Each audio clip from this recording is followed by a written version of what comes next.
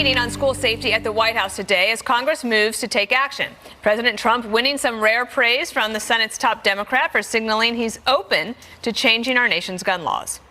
I'd like to give credit where credit is due. The president said a lot of things right yesterday.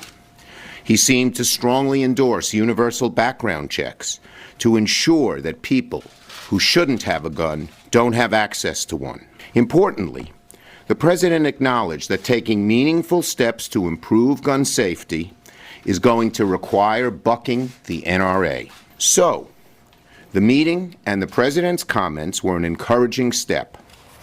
Schumer unveiled a three-part gun control plan from Democrats today. He insists a ban on assault weapons be part of the Senate debate. Marco Rubio pitched his own set of proposals, including confiscating guns from those who pose a threat. President Trump supports that idea, but not the NRA. I like taking the guns early, like in this crazy man's case that just took place in Florida. He had a lot of firearms. They saw everything. To go to court would have taken a long time. Take the guns first, go through due process second. There's a way that you can respect and protect due process and protect the rights of millions of Americans while also hardening our schools and keeping kids safe. So, Greg, Senator Schumer said that they will introduce a bill and that they expect that it's possible, I'm sorry, I just came in, so I'm reading it off my phone, could pass Schumer's proposal with mostly Democratic support and a few Republicans encouraged by President Trump. Your thoughts? Not going to happen. That bill isn't going to happen. I can safely say that when you with that language, it's not going to work. I think what President Trump was trying to get at, and he used, I think, imprecise language, is he's talking about a database for what he calls the crazy guys, a database where if school officials and police officers notice something wrong, it's not about due process. Actually, that is the due process. They say this person is a threat, but he hasn't violated any laws yet. Mm-hmm. But they say this is the threat. There needs to be a database for that, where that person goes, and then you figure it out later. But at that point, there's no gun, and it's in a civil court, so there's a low bar, and you can go and get a judge to get, do a court order. I think that's what he's getting at, but I don't know. And I think that's a smart move because I think that makes sense, along with, hardening soft targets and dealing with the mentally ill. These are all practical things. I think what the Dems are doing, which is very smart, is they're piling their other stuff on there because and they're saying they're lauding him. Whenever you get praise from a liberal, you should be very worried. But I think we've talked about this before.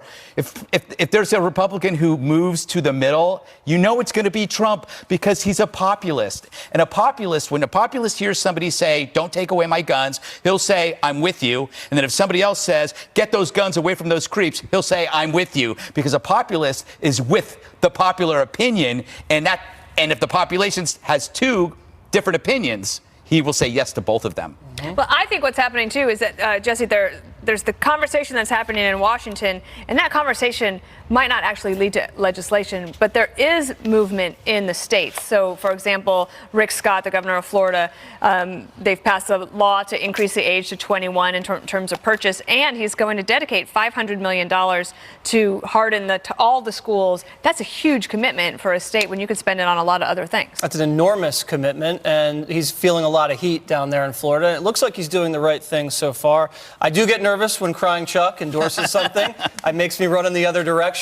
But in this case, I think with the president, when he was using imprecise language, as you would say, it's a gun violence restraining order. Mm-hmm. So if someone hasn't committed a crime or hasn't been involuntarily committed to a mental institution, but is killing animals and acting crazy and beating up his mother and is a mess like the kid was in Florida, you go to a judge, there's due process, you say, let's prevent him from buying a weapon or take the weapon away. Rubio supports this legislation. I don't see anything wrong with that. In terms of the Promise program they want to redo, these cops were dealing with this violent, ridiculous person down there causing mayhem, and they weren't treating him like a criminal. Sometimes you have to treat an 18-year-old high school kid like a criminal and stop suspending him and putting him in timeout and maybe actually make him pay the price. The background checks, I can agree with. I think that's common sense. It's all about sharing information, whether it's you're suspended for violence, whether it's a crisis at your house and you've been called to the police 55 times or whatever it is. Put that into some sort of system and make sure everybody has access to it. The raising the age limits, I'm still a little wishy-washy. I haven't decided decided yet. I see the one hand, you don't want an 18-year-old person maybe to get a gun, but at the same time, an AR, at the same time, that wouldn't have prevented most of these mass shootings. Right. Most of these mass shootings are people above 18, and if you're a hunter, if you like sports shooting, and you're in a rural state, why deny them their constitutional rights? I don't get that. Juan, is there something that the Democrats are seeing either in focus groups or polling or gut instinct that they think this is an issue that is ripe now for them to be able to put forward this law and say, well, we might be able to actually pass it? No, to the contrary. I mean, the politics of gun control in this country are pretty clear, which is it's most Americans who favor, as Jesse just said, universal background checks, closing gun show loopholes, going after assault weapons. It's gun owners and non-gun owners. But remember, I didn't say going after assault weapons. I don't think I said Okay, no, I'm saying that. Okay. I'm still most confused by the gun Americans- show loophole that I keep hearing about. Most Americans favor doing away with assault weapons. But the thing is that gun owners are single vote type of people. I mean, they will vote on a single issue, and that's guns. People who favor gun control are not single issue voters, and therefore their opposition is diluted. But in this moment, with the young people down in Florida leading the way, I think you're seeing a shift in opinion. And the question is whether or not the shift is on the right. And I think that's why people like Pretty much like Breitbart Greg saying, said, oh, Senator it's Ben Trump's Sass in gun Nebraska grab. said, The president's reflecting the last person to talk to him. And then you have people like Breitbart saying, oh, it's Trump's gun grab. So you see the people on the right reacting as if, oh my God, what's Trump doing? But people on the Democratic side or on the left are like, well, let him do what he wants to do. But he's got a fight among people who supported him in 2016. Mm-hmm. And even with the plans that he's put forward, can it get 60 votes in the Senate without strong Republican support? Can it get 218 in the House?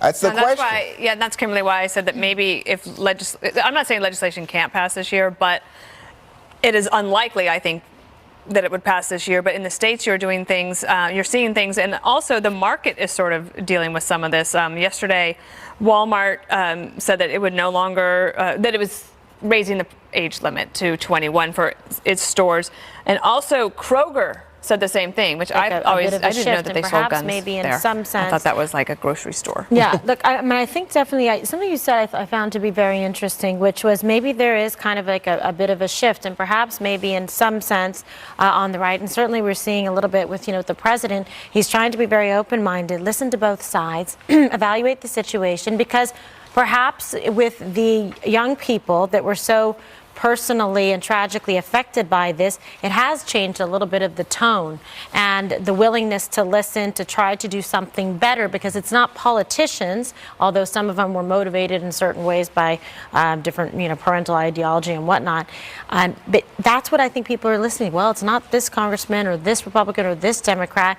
It's people who are there who experience loss and tragedy and suffering, and they're being real in terms of how they experienced it and genuine in terms of wanting to do something about it, because even the First Lady commented on that, that it's good that children are using their voice and they're trying to get it out there to do something so it doesn't happen again to somebody else. And that's why I think you see the president making this shift. Yesterday, Michael Hammond, he's the legislative counsel for Gun Owners of America, Greg, he said, talking about the president, we believe he's gone from, in his own words, the Second Amendment's best friend to the gun grabber in chief, and that had Trump not run on support of the Second Amendment, he would not be president of the United States today.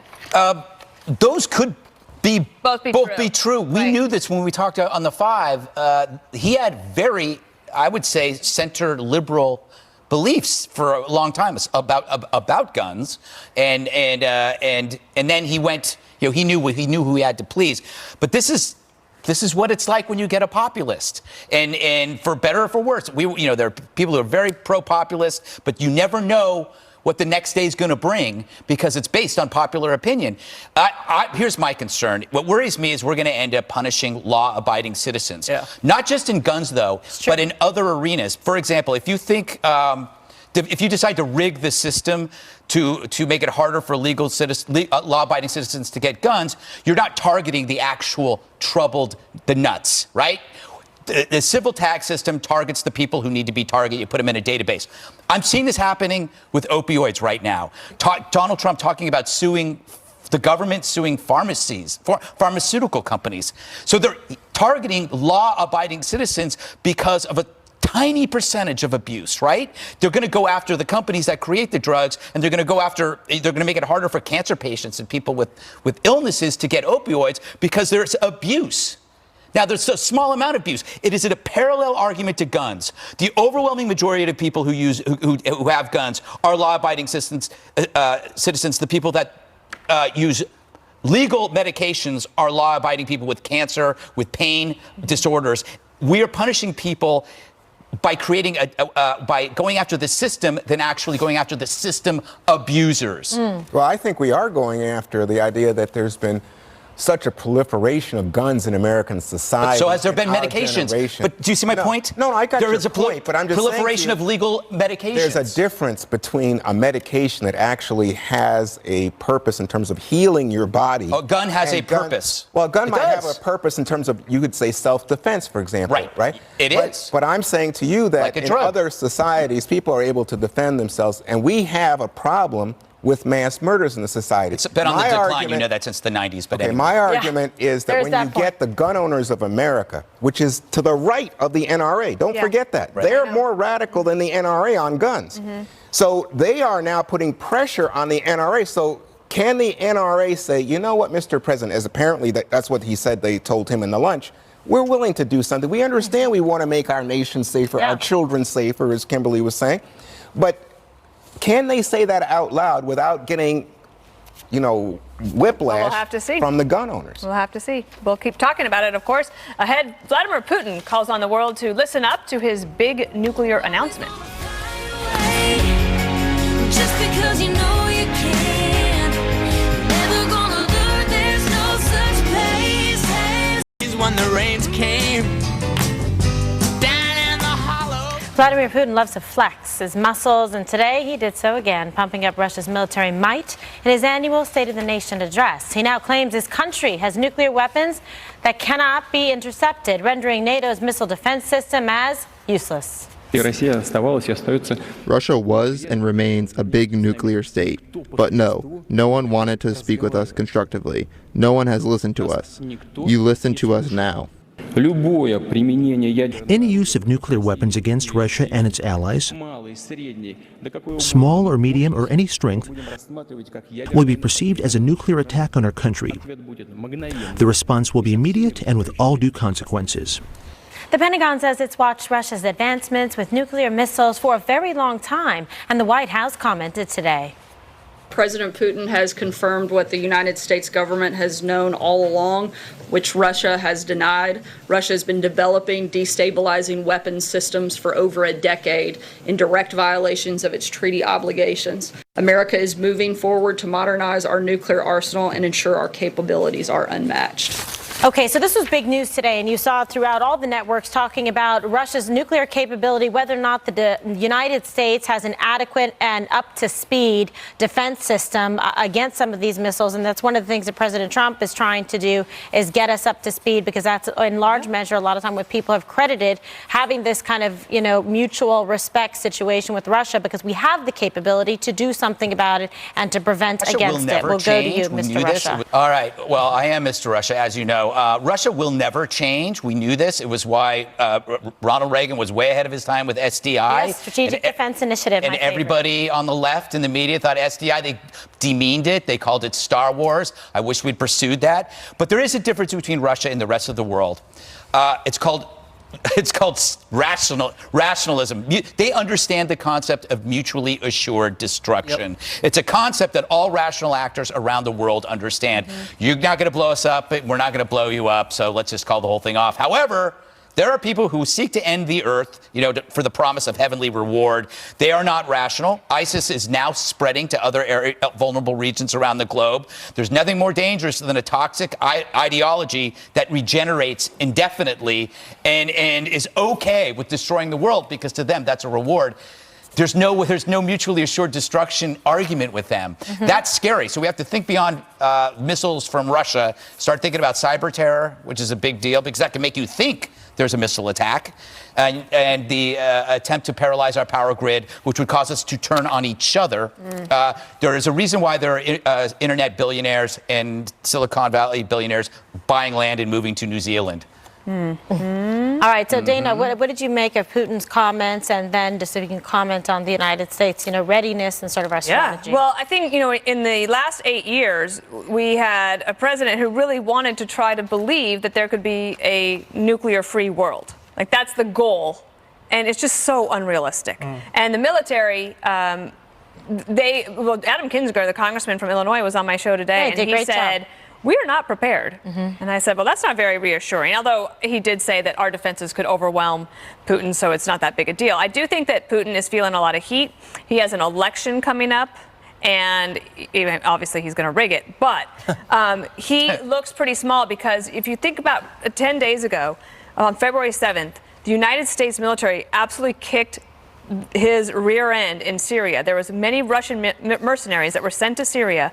They were basically doing terrible things to innocent people. We went in and took care of that. And the oligarch that's involved in all this Mueller stuff was actually in charge of those mercenaries. So there's a lot of stuff going on here. And I think what Putin is trying to do with this announcement, and who knows if it's even true, but that he is trying to make it look like the country of Russia is bigger and better than it actually is. It actually, in every single area of its economy, all around the world, their geopolitical efforts, the things they try to do here that they didn't succeed in 2016, all of those things make that country look really small. But internally, he has to make it look like he's so big.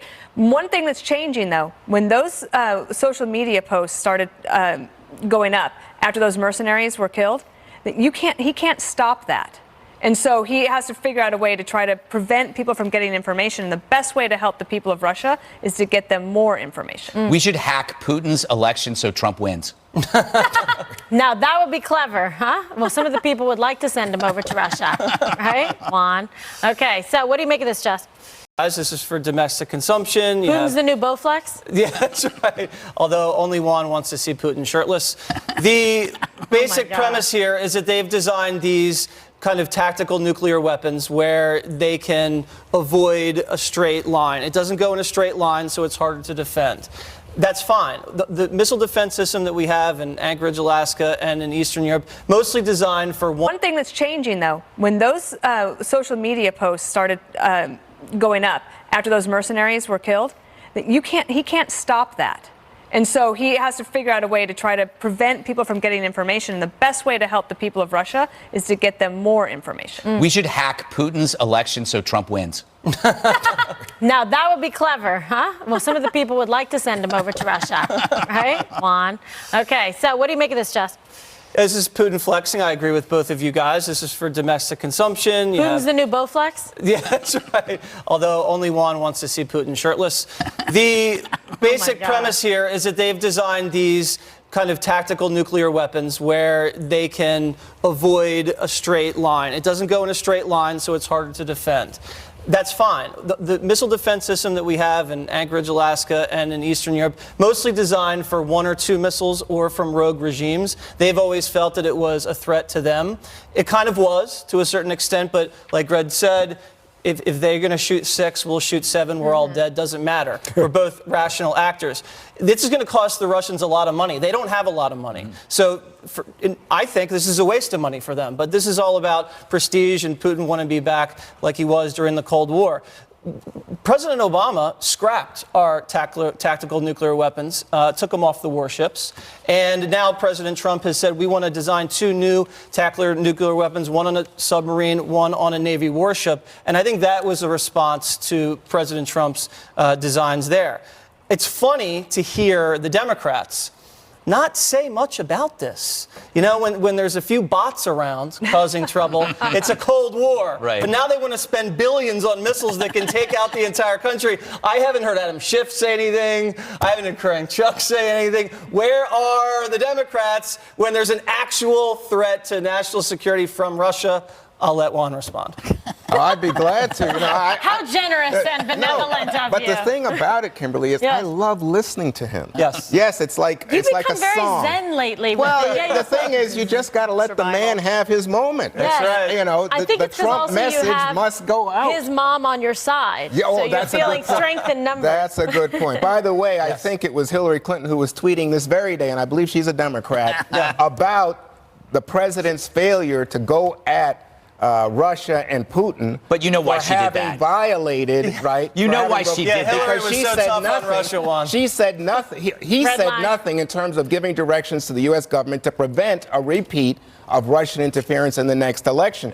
I think you guys are right about Russian insecurity. I think this is now the defining characteristic of all of Putin's rhetoric. Yeah. He said in his comments, and I thought this was the tell, he said, "You have failed to contain Russia." Yeah, and then he starts talking about the size and how these cruise missiles can defeat our... You forget, Jesse, it was President Obama who put, as a result of NATO and Poland being in it, a nuclear type of defense there that aggravated Putin. Sure. That's what started all of the invasion of Ukraine and the rest. It wasn't that as was the robust as Democrats. everybody wanted but it to I be, just, Juan. okay, fine. But here's the thing. I think that you have to understand that, going back to what Dana was talking about, this attack on U.S. forces that Putin is pushing, if he had captured Americans, boy, if he is testing President Trump's oath that he's going to get out of Syria. We'll see what happens. All right.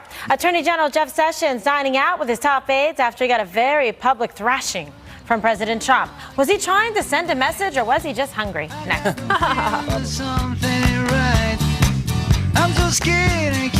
His handling of the investigation into alleged surveillance abuses by the FBI. But the Attorney General didn't lay low. He was spotted dining at a restaurant in D.C. last night with his deputy, Rod Rosenstein, and Solicitor General Noel Francisco. Congressman Jim Jordan siding with the president against Sessions, calling for him to bring on a second special counsel. There was serious wrongdoing done at the FISA court. At least all indications are that took place. That's why you need the investigation. The only one that can do it is a second special counsel. Appoint the second special counsel, Mr. Attorney General, and let's get on with this and get answers to the American people. Jordan is among 13 GOP lawmakers who signed a letter asking for a second special counsel. Greg, you weren't here yesterday when we talked about Sessions versus President Trump. What do you think about the drama? There are pluses and minuses to transparency. The plus is you learn more about government than any poli-sci class. I know more about Donald Trump than I know about, like, my first cousin. I mean, he's nothing more transparent. The minus is, it's often like that couple that quarrels in public. That's, that if you ever go to a restaurant with a couple and they argue in front of you, and you're just like, oh God, it's worse than when you're in a fight. It's just when you're watching other people fight, it's just like, oh my God. But what we do know is that Trump vents. And then he leaves it up to us to figure out on the spectrum of priority, like how important it is. I would call him a bit of a diva. Oh, my goodness. Never heard that before. Okay, Juan, second special counsel to investigate the FISA abuses. I mean, we know about the abuses. We know there was fraud perpetrated on the court. We know a political document was used to get a wiretap, and the court was deceived about who paid for it. Do you think that justifies? Is this a leading question, a second counselor? special counsel? No. I would agree. No, I mean, I think that what Jeff Sessions said yesterday is, he's going to, as long as he's there, he's going to conduct himself with integrity and according to the laws of our country, our Constitution. And to me, that was a hell of a put down for the man who put you in that position as Attorney General. But I mean, at this point, to go to dinner at Central with Rod Rosenstein. Where'd they go? Central. Oh, I like how you He's a say DC insider, so he's got all the food.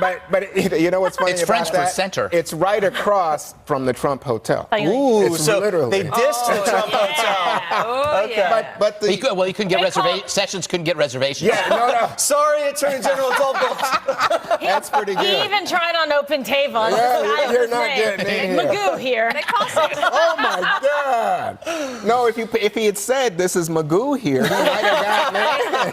He might have gotten in. You get a table by the kitchen. By the way, is Magoo better than idiot? Because he called him an idiot disgraceful. I don't know. You don't know? Maybe it's a term of endearment, Kimberly. Moving on. Yes, What do you think? I'm sure he enjoyed. But you know what? He's got to stick up for himself. He's the Attorney General of the United States. He's expected to behave in an ethical manner, to pursue justice at all odds without political ideology or bent. We complained vociferously here when Eric Holder was involved with Fast and Furious and gun running and the whole deal, okay, and the border cover-up and all of the above. And so now we have somebody who is trying to actually do the job in the way that he sees fit. It might be somewhat of a disappointment as to some avenues he's chosen or pursued based on somebody's political persuasion or support of the president or things that were said during the campaign. But he's got to see it through. I mean, he's just got to do his job. And there's a right way to do it and a wrong way. So I just want to say something to you. So what happens if your man actually gets Sessions to leave? It's a terrible situation for him because then you'd have Rod Rosenstein there and nobody on Capitol Hill is going to approve a new attorney general. I don't think he's leaving. I miss the old days of Ashcroft scandals.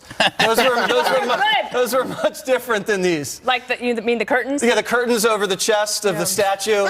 Can't we get back to those? I worked at DOJ then, actually. Oh, yeah? Yeah. You had to defend that one? Well, thankfully, I had the environmental division, so I didn't have to worry about that one. But, Central, they called it DOJ's lunchroom. Ooh. This is like where all the big wigs go when they're there. I think that they got to calm some stuff down in this administration. Okay, today you have also NBC just reported right before we came on that they're looking to replace McMaster. I know. And so this is a guy who actually he's like a super competent guy who has done so much to help us. He calls him Mick Magoo. Yeah. I mean, I don't like the nicknames, but then you had today also Carson coming out and saying, we're gonna send the expensive dining room furniture back. You had Pruitt saying, okay, I will fly coach in the future. You have Zinke still getting questions about his travel, and I just think you've got a lot of accomplishments under your belt. You got a lot more things to do. You got a tough election coming up. But do you think it's just chaos, Dana? I mean, because you got Kushner. This is what I'd say also about a special counsel. Yeah. Just be careful what you wish for. Absolutely. You want to ask for another one, and you're going to say that that's legitimate, and then you're going to try to call illegitimate on the other one? I think that's a really bad idea. But I just wanted to add into what you were saying, because I think there's a lot of chaos. Jared Kushner is being told he doesn't have full clearance. Wall Street Journal today is basically saying, hey, you might consider going home or getting involved with the 2020 campaign.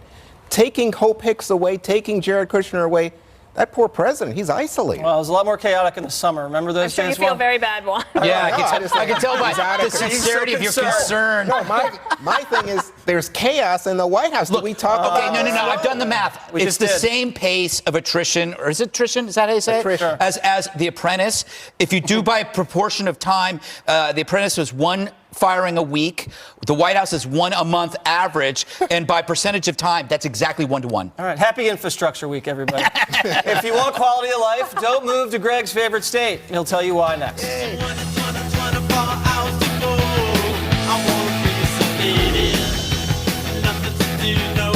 This cybersecurity.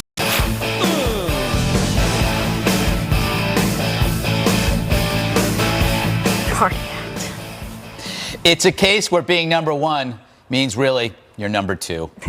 A new study ranks California dead last of all the states in quality of life, making it tops at being on the bottom. States were ranked on everything from education to opportunity, from infrastructure to crime. But California scored low for one simple reason. It's impossible to live there unless you are super rich or homeless. Then come one, come all. But just ask any U-Haul dealer. Renting a truck to go from San Francisco to Dallas will cost $3,200. The return trip, only $1,100. That's a 180% surcharge. And it's based on a truck shortage.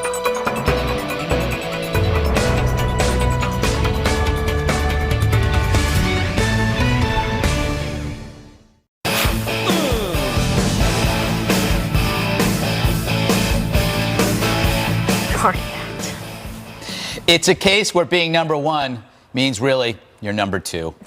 A new study ranks California dead last of all the states in quality of life, making it tops at being on the bottom.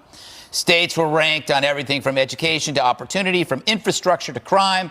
But California scored low for one simple reason. It's impossible to live there unless you are super rich or homeless. Then come one, come all. But just ask any U-Haul dealer. Renting a truck to go from San Francisco to Dallas will cost $3,200. The return trip, only $1,100. That's a 180% surcharge.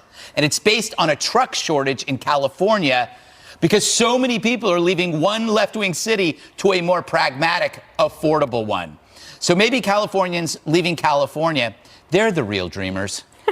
But anyone who's been to LA knows the ugly truth. It's turned into a post-apocalyptic wasteland with 55,000 homeless in that county alone.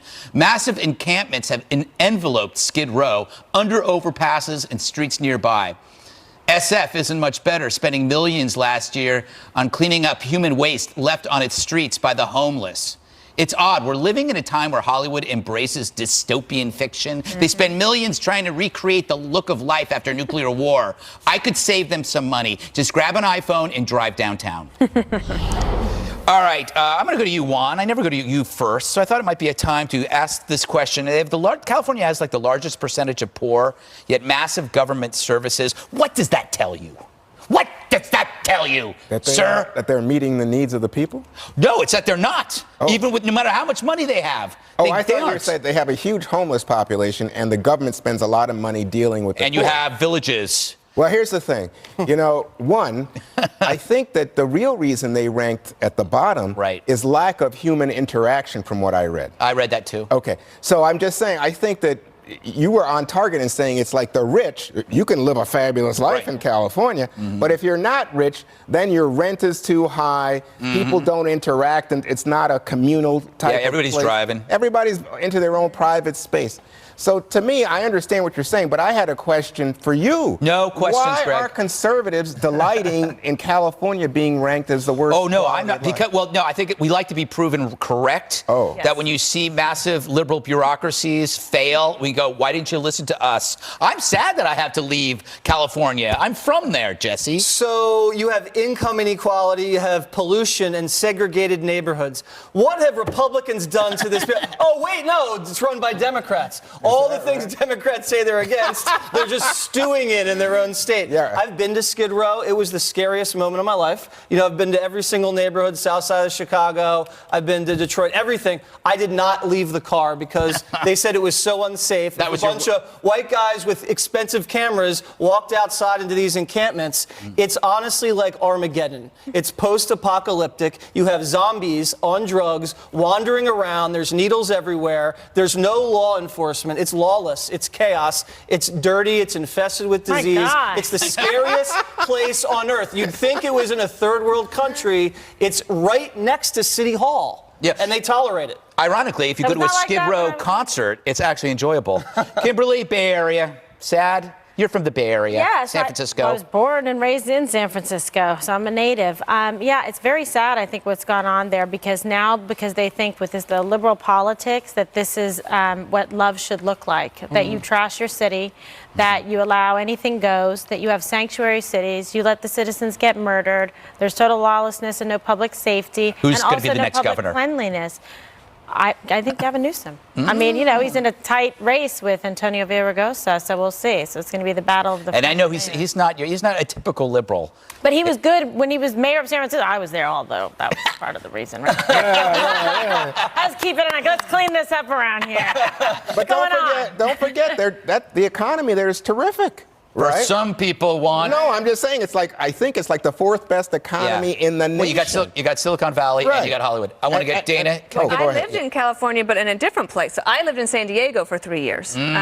Beautiful city. Like 99, till I went back to the Justice Department in 2001 after 9/11. And San Diego's been run by conservatives and Republicans for most of its, at least the county has. I wouldn't say that necessarily about the mayor, though the mayor is a Republican. Kevin, I believe he still calls himself that. So, Kevin, hello. But you know what's interesting?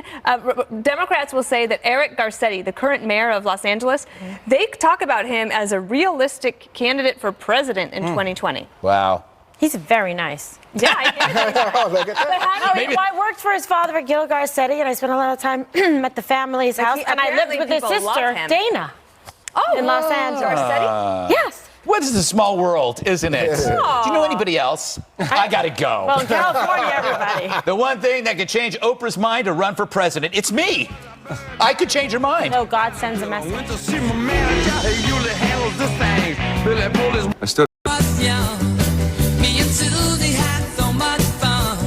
She'd be the answer to the left's prayers in 2020, but Oprah Winfrey says she'll only answer to a higher calling.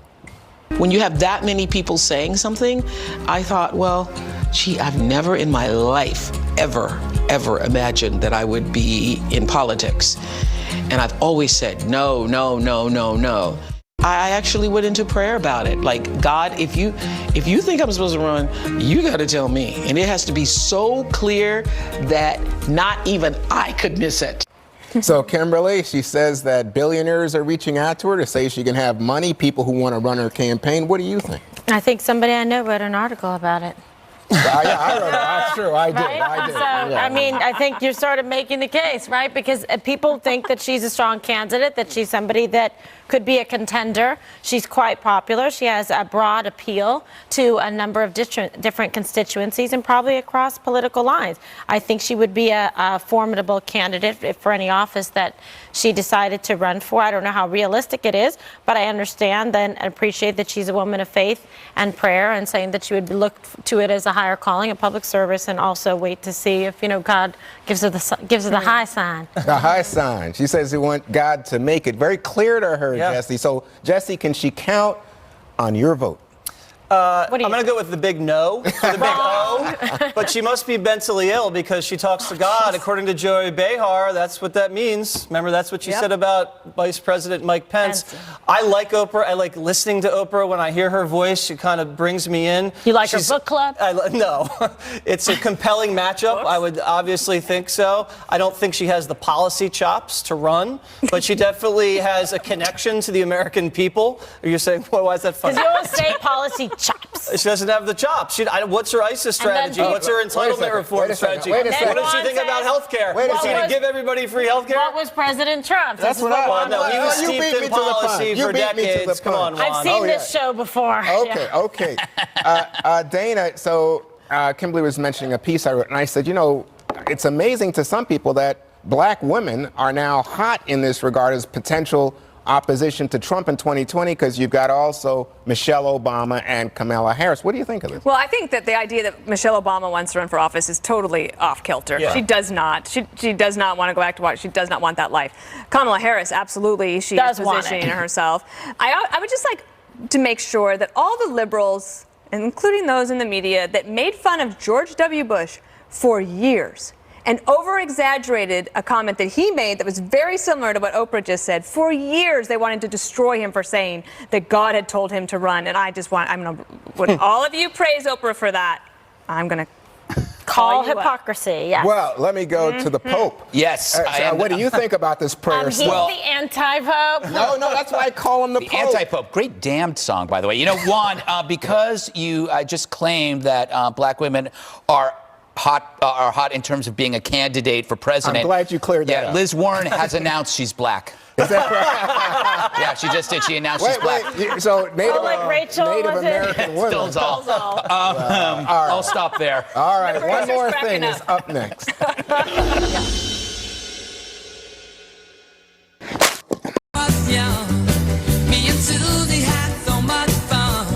She'd be the answer to the left's prayers in 2020, but Oprah Winfrey says she'll only answer to a higher calling.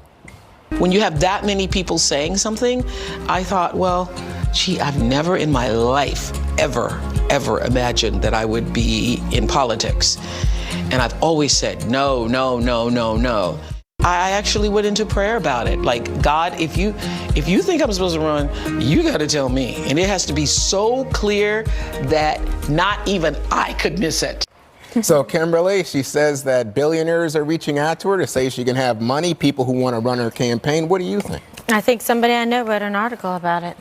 I wrote it. That's true. I did. So, I mean, I think you're sort of making the case, right? Because people think that she's a strong candidate, that she's somebody that could be a contender. She's quite popular. She has a broad appeal to a number of different constituencies and probably across political lines.